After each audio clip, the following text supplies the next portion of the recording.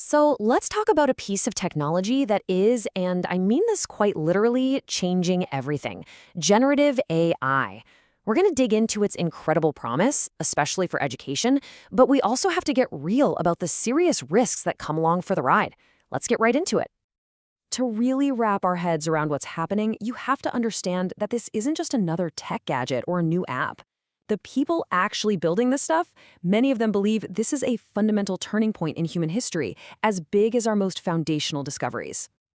I mean, just listen to that quote from the CEO of Google, Sundar Pichai.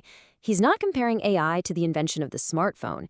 He's comparing it to fire, to electricity. He's basically saying AI is a technology that gets to the very core of what it means to be human, our intelligence.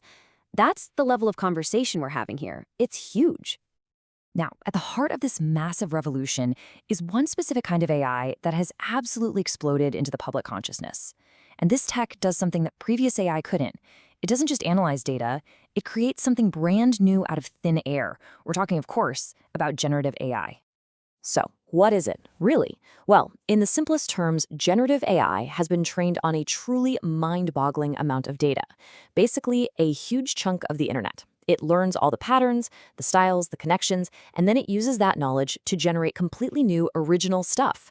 It can write a poem, it can paint a picture, it can compose a song. It's not just a calculator, it's a creator.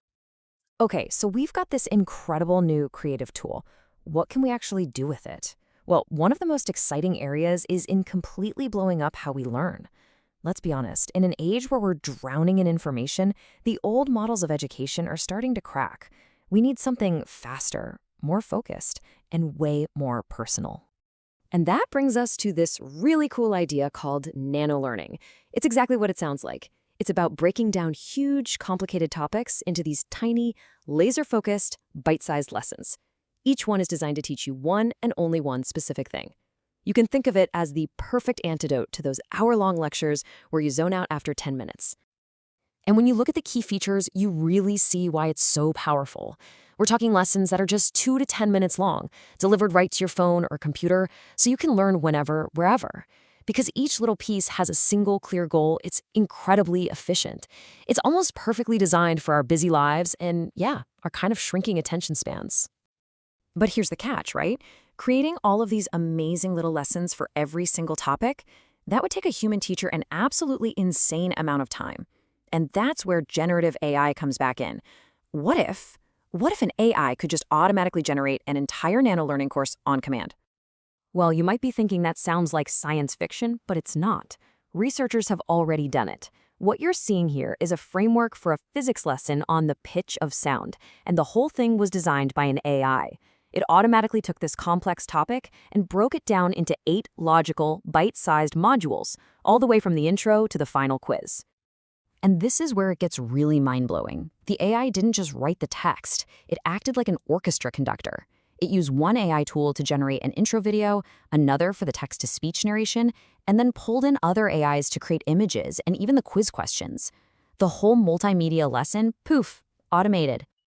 And it wasn't just the words, the visual components were automated too. These super simple, super clear diagrams explaining low-pitch versus high-pitch sound waves, yep, an AI whipped those up in seconds. It shows you how the AI can build the entire learning experience from start to finish. Okay, so we know the AI can build the lessons, that's cool. But here comes the million-dollar question: do they actually work? Does learning this way lead to any real-world results? Well, a recent study decided to put it to the test. So researchers set up this study to see how these bite-sized lessons, they called it micro-learning, actually impacted the development of critical soft skills. Stuff like leadership, communication, emotional intelligence, the kind of skills that are really hard to teach among college students. And the results they got were fascinating because they were so specific. When it came to developing leadership skills, the students who got the biggest boost were actually in technical fields like engineering and medicine. It suggests that the very structured, goal-oriented nature of these tiny lessons really clicks for those kinds of minds.